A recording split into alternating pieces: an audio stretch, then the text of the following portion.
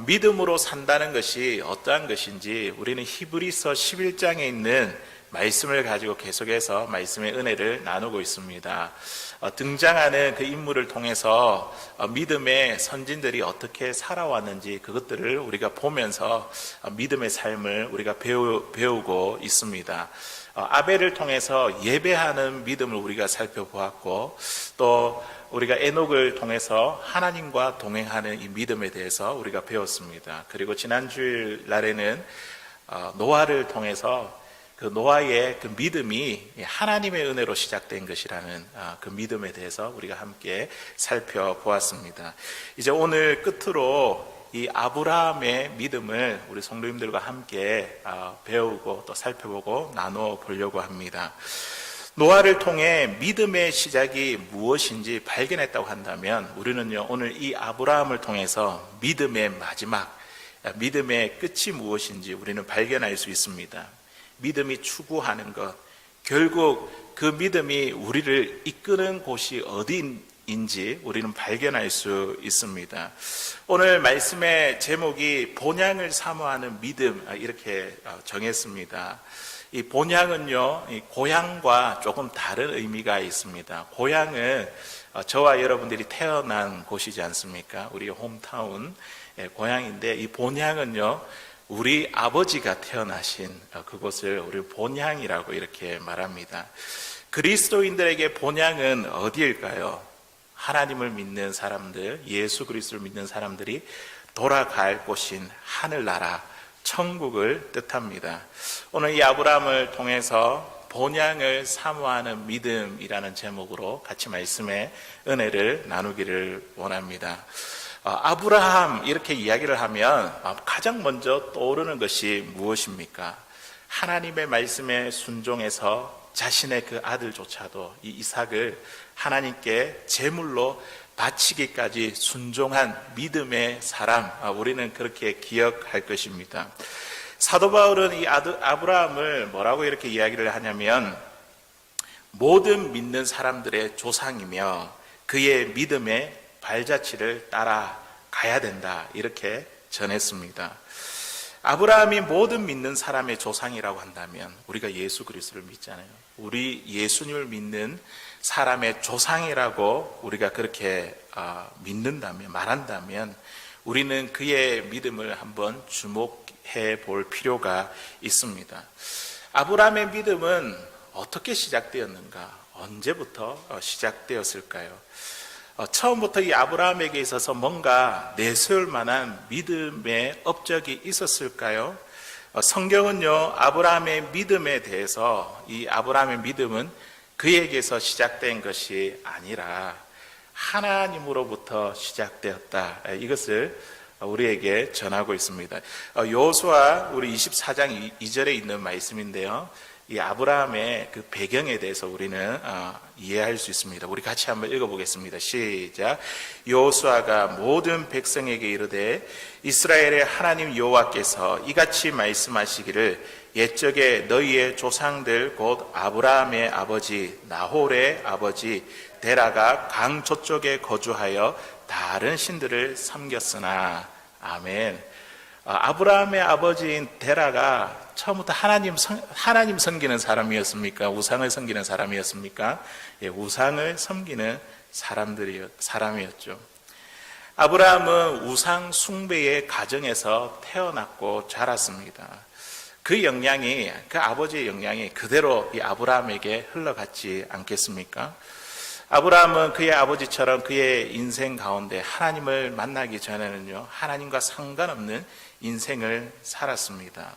아브라함의 모습을 보면요, 하나님으로부터 선택받을 만한 어떤 위대한 일도, 그리고 내세울 만한 이 믿음의 업적도 없었습니다.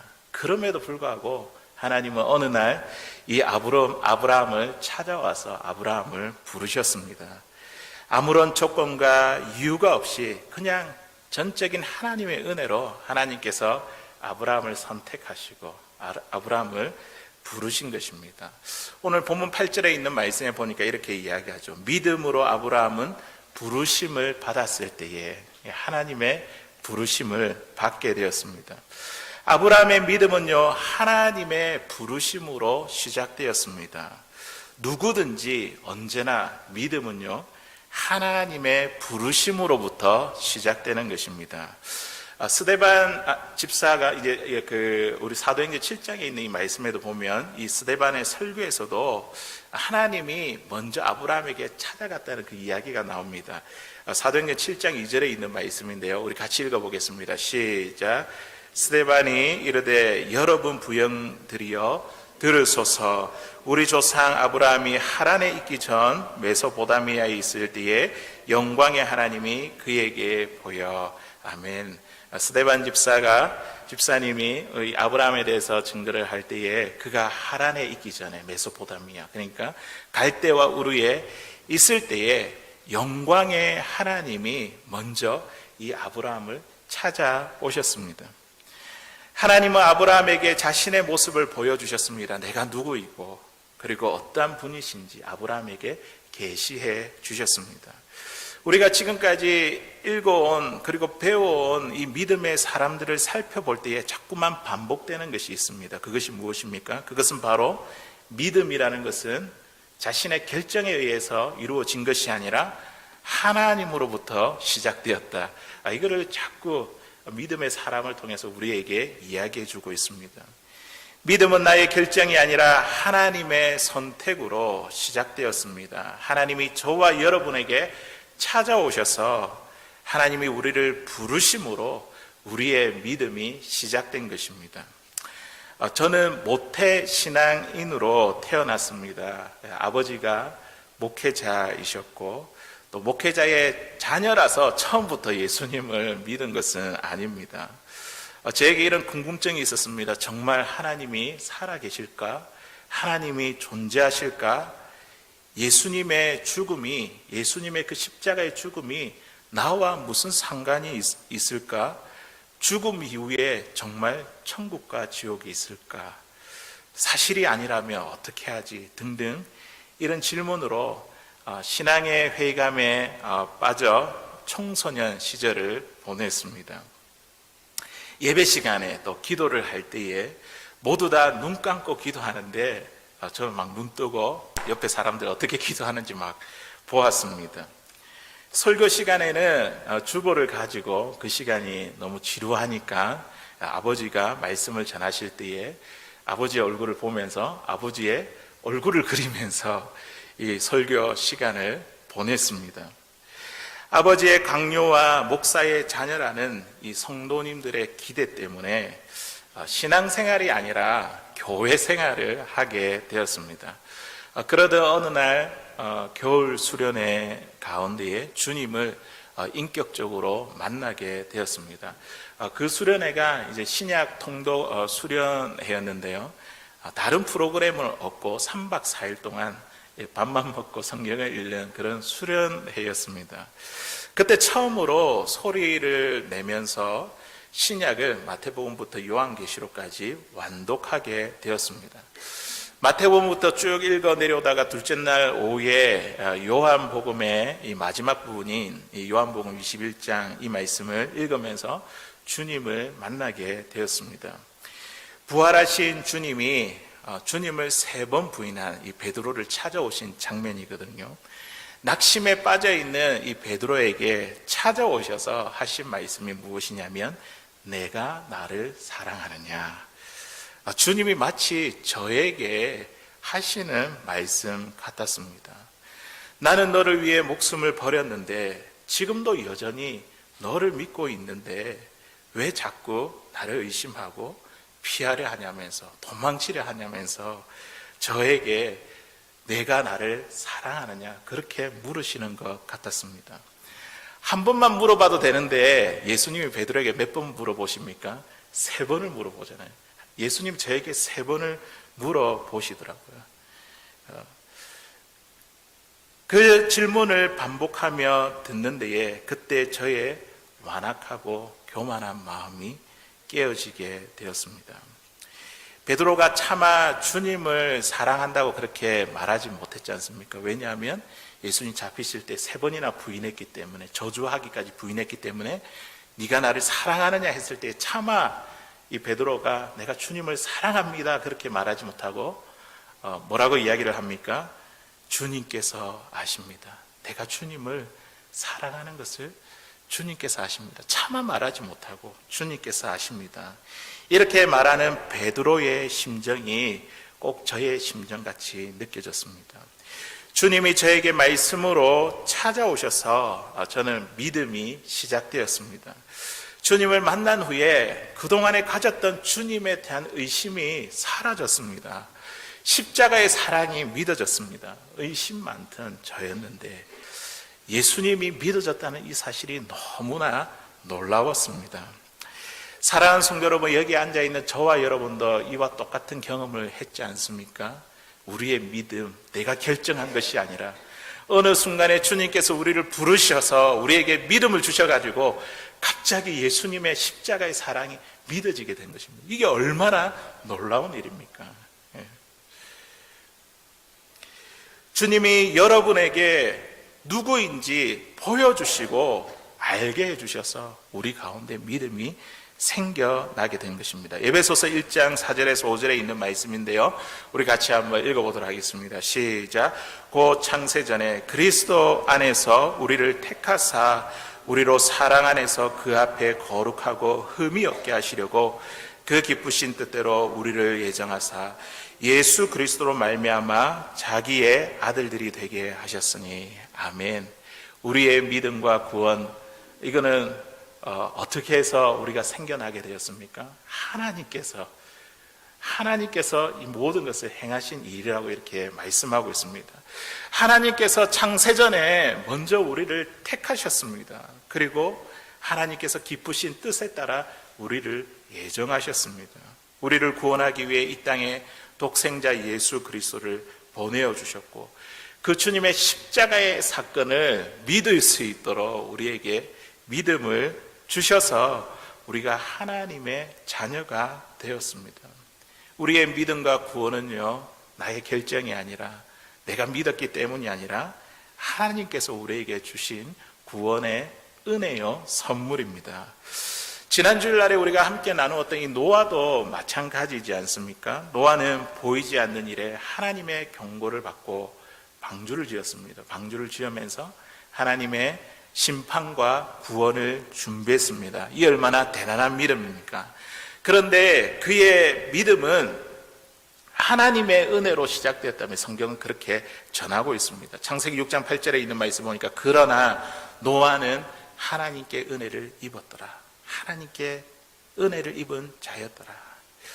노아는 하나님의 은혜로 의인이 되었고 하나님의 은혜로 당대의 완전한 자가 되었으며 하나님의 은혜로 하나님과 동행하는 자가 되었습니다. 오늘 말씀에 등장한 이 아브라함도 마찬가지입니다. 하나님의 은혜로 아브라함이 하나님의 부르심을 받았고 하나님의 은혜로 하나님의 부르심에 순종하게 되었습니다. 저와 여러분들도 저와 여러분들의 믿음도 하나님의 은혜로 시작되었습니다. 하나님의 은혜로 우리를 불러주셨고 하나님의 은혜로 예수 그리스도 그 십자가, 주님이 나를 위해서 죽으신 그 십자가를 믿게 하셨습니다.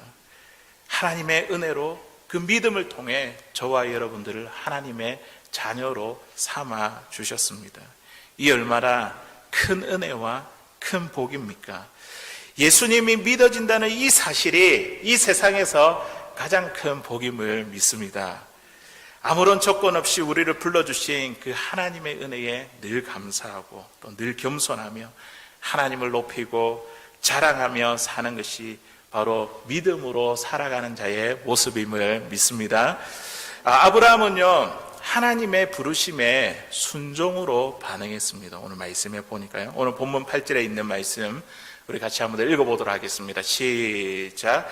믿음으로 아브라함은 부르심을 받았을 때에 순종하여 장래의 유업으로 받을 땅에 나아갈새 갈 바를 알지 못하고 나아갔으며. 아멘. 먼저 하나님께서 이 아브라함을 부르셨고 그리고 이 부르심에 따라 아브라함은 순종하며 나아갔습니다. 아브라함이 하나님의 부르심에 순종했다는 이 말씀 가운데 많은 이야기들이 담겨져 있습니다. 창세기 12장 1절에 있는 말씀에 보면요, 아브라함이 먼저 무엇에 순종을 했냐면 떠나라 하신 말씀에 순종했고, 그리고 가라 하신 하나님의 말씀에 순종했습니다. 우리 창세기 12장 1절에 있는 말씀 우리 같이 읽어보겠습니다. 시작. 여호와께서 아브라함에게 이르시되 너는 너의 고향과 친척과 아버지의 집을 떠나 내가 내게 보여줄 땅으로 가라. 떠나라, 가라. 이 말씀에 아브라함이 순종했습니다. 고향과 친척과 아버지의 집, 생각만 해도 얼마나 푸근하고 안정된 곳입니까? 사람들은요, 누구나 이처럼 익숙하고 안정된 곳을 좋아합니다. 그런데 하나님은 아브라함에게 뭐라고 말씀하시냐면 그곳에서 떠나라 이렇게 말씀하셨습니다. 이 말씀을 순종하기가 얼마나 어려웠을까요? 부인과 종들과 가축들을 데리고 이동한다는 것, 지금과 같이 좋은 교통수단이 있는 것도 아니고 그렇게 멀리 이주를 해야 되는데 참 보통 어려운 일이 아니었을 것 같습니다. 결단하기가 쉽지 않았을 것 같습니다. 그리고 오늘 말씀해 보니까 이 목적지도요 분명하지 않습니다. 하나님께서 단지 뭐라고 말씀하시냐면 내가 내게 보여줄 땅으로 가라. 그냥 가나안 땅이라 여기에 가라 이렇게 말씀하신 것이 아니라 내가 내게 보여줄 땅으로 가라. 하루하루 하나님의 말씀으로 보여주시는 그곳을 향해서 한 걸음 한 걸음 나아갔습니다. 목적지도 알지 못하고 지도도 없이 어디가 어디인 줄 알고 그렇게 떠날 수가 있겠습니까? 그 길은요 광야의 길이기 때문에 사나운 짐승을 만날 수 있고 도둑대와 강도를 당할 수 있습니다. 험난한 모험의 길입니다. 하나님의 말씀 이 한마디에 이 아브라함은요 자신의 인생의 모든 것을 걸었습니다. 하나님께서 왜 익숙한 곳을 떠나라 이렇게 말씀하실까요? 편하고 익숙한 곳에서 하나님을 더 잘 섬기면 안 될까요? 왜 다른 목적지를 향해서 우리 하나님은 떠나라 이렇게 말씀하셨을까요? 하나님은요 아브라함을 만나고 나서 이 아브라함이 이제는 하나님의 자녀로서 이전과 다른 변화된 삶을 살기를 원하셨습니다. 하나님을 만나기 전에 아브라함은 어떤 삶을 살았습니까? 부모가 섬기는 우상을 섬기며 우상을 의지했고 또 부모와 친척을 의지했으며 편안함과 익숙함을 의지했지만 이제는 하나님을 만난 그 이제는 그런 익숙함을 의지하는 것이 아니라 하나님만을 의지하며 살아가기를 원했던 것입니다.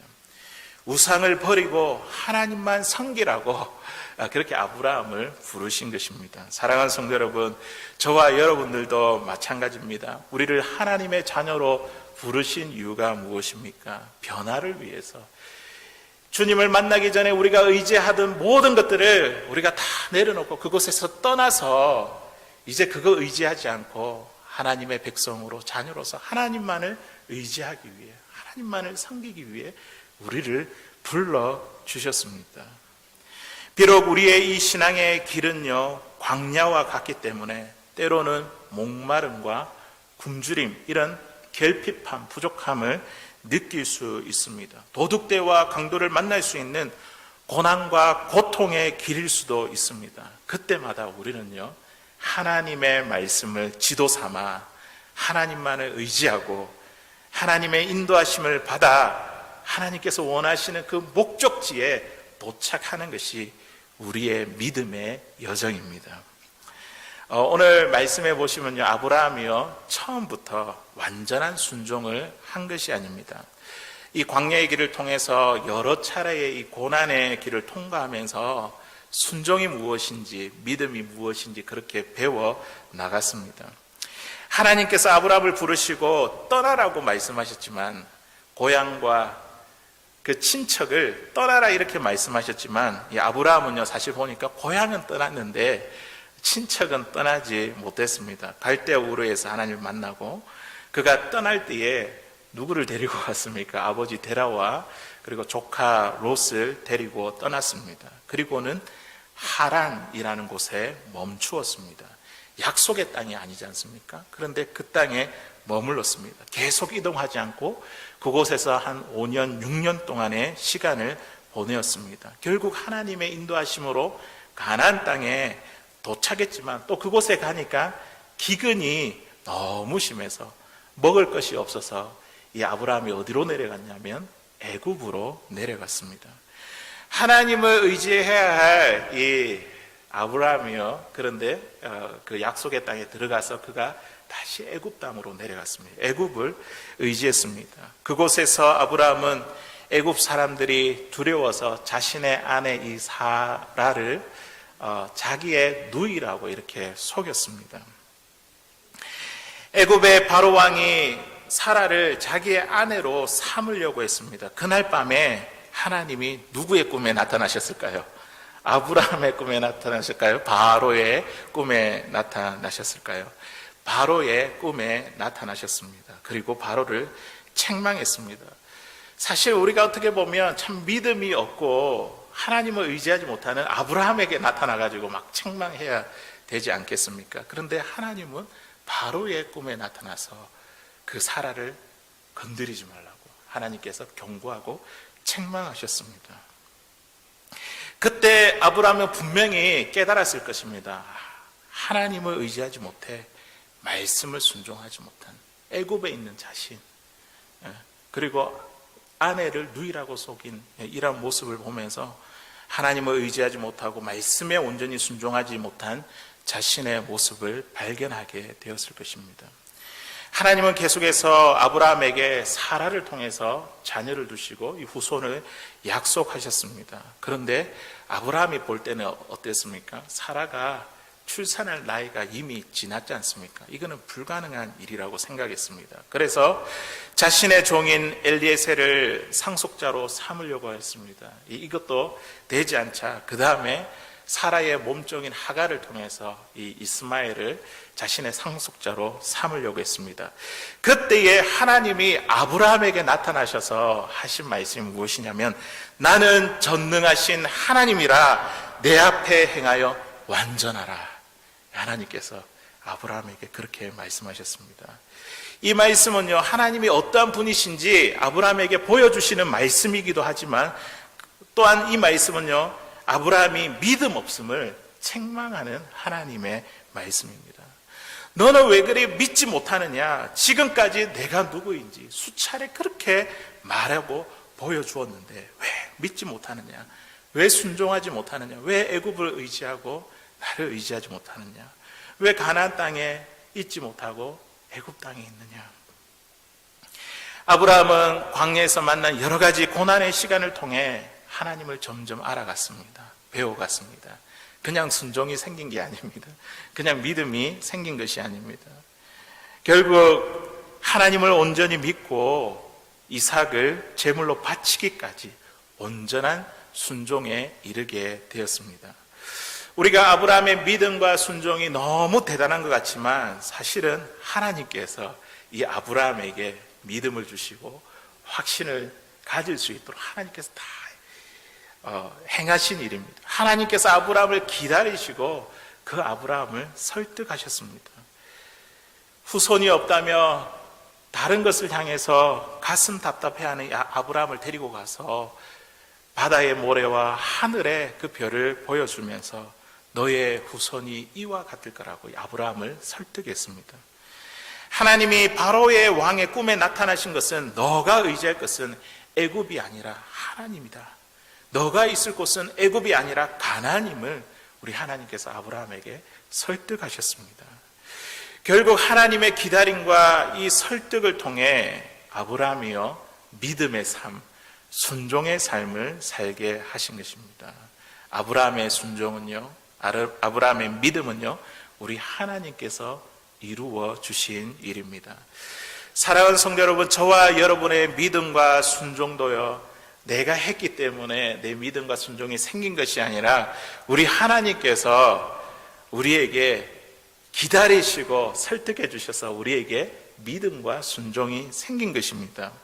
하나님이 기다리시고 우리를 설득하셔서 지금 이만큼 이 자리에, 이 예배 자리에 우리 앉아서 하나님 앞에 예배를 드리고 있는 것입니다. 익숙한 곳에서 떠나는 것, 우리가 할 수 있는 일이 아닙니다. 세상을 의지하지 않고 눈에 보이잖아요. 의지하면 될 것 같은데 세상을 의지하지 않고 하나님만을 의지하는 것, 이거 내 능력으로 가능한 일이 아닙니다. 하나님께서 지금도 인생이라는 광야의 길을 통해서 고난과 고통의 과정을 통해 지금도 우리를 기다리시고 우리를 설득하고 계십니다. 이 모든 과정을 통해서 하나님이 누구이시고 어떤 분이심을 우리가 어떤 분이심을 배우게 하십니다. 하나님을 더욱 의지하게 하십니다.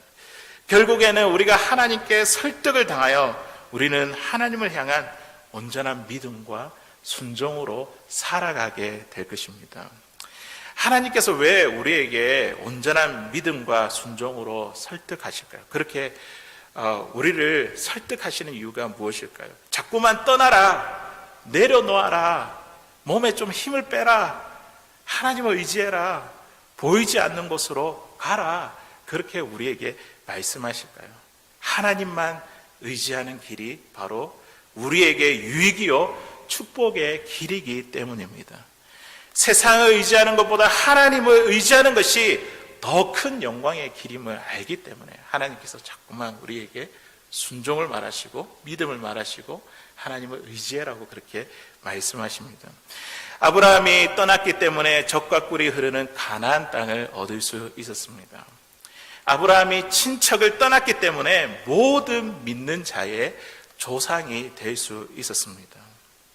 우리가 하나님의 말씀에 따라 순종하여 떠났다고 해서 또 버렸다고 해서 내려놓았다고 해서 우리가 잃은 것이 아닙니다. 우리가 손해를 얻은 것이 아닙니다. 하나님은 저와 여러분들에게 가장 좋은 것을 주시길 원하시는 선하신 우리의 아버지 되십니다.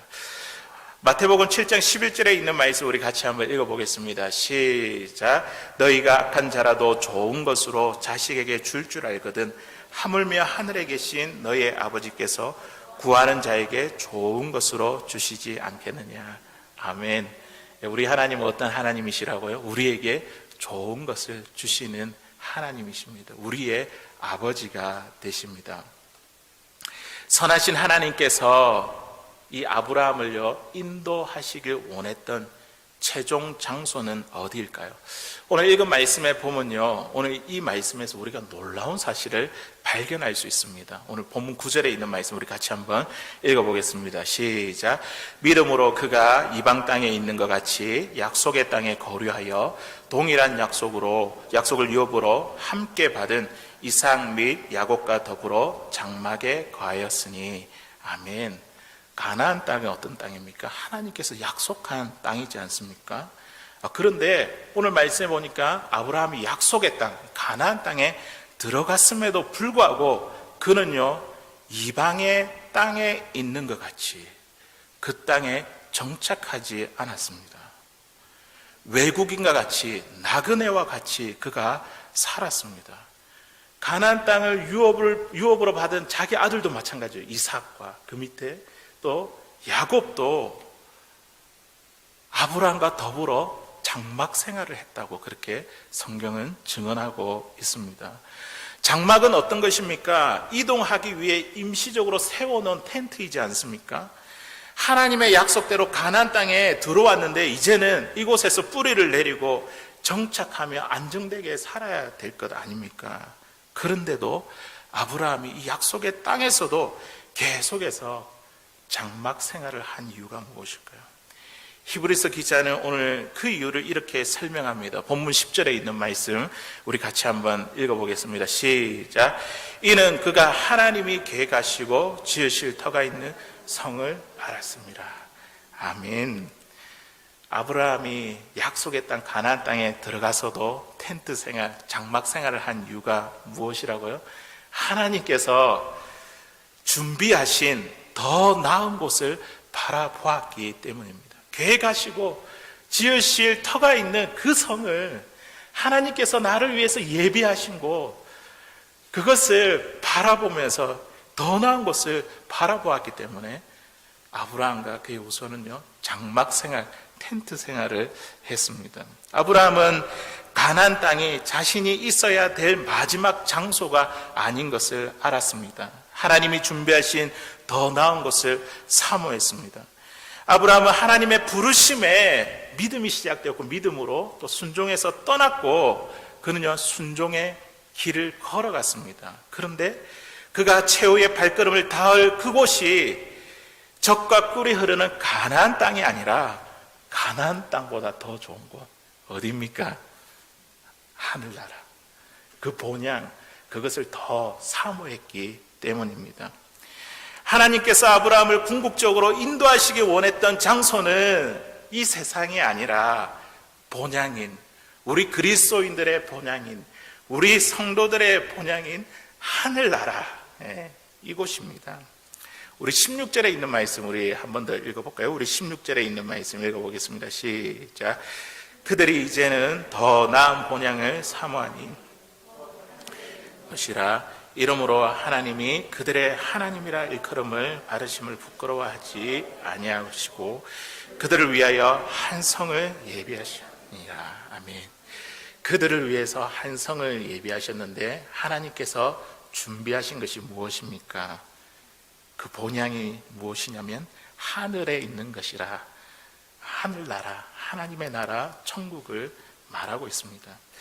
히브리서 기자는 오늘 이 아브라함의 믿음을 통해서 이것을 지금 말하고 싶은 것입니다. 믿음의 끝은 가나안 땅이 아니라 이 세상이 아니라 더 나은 본향이다.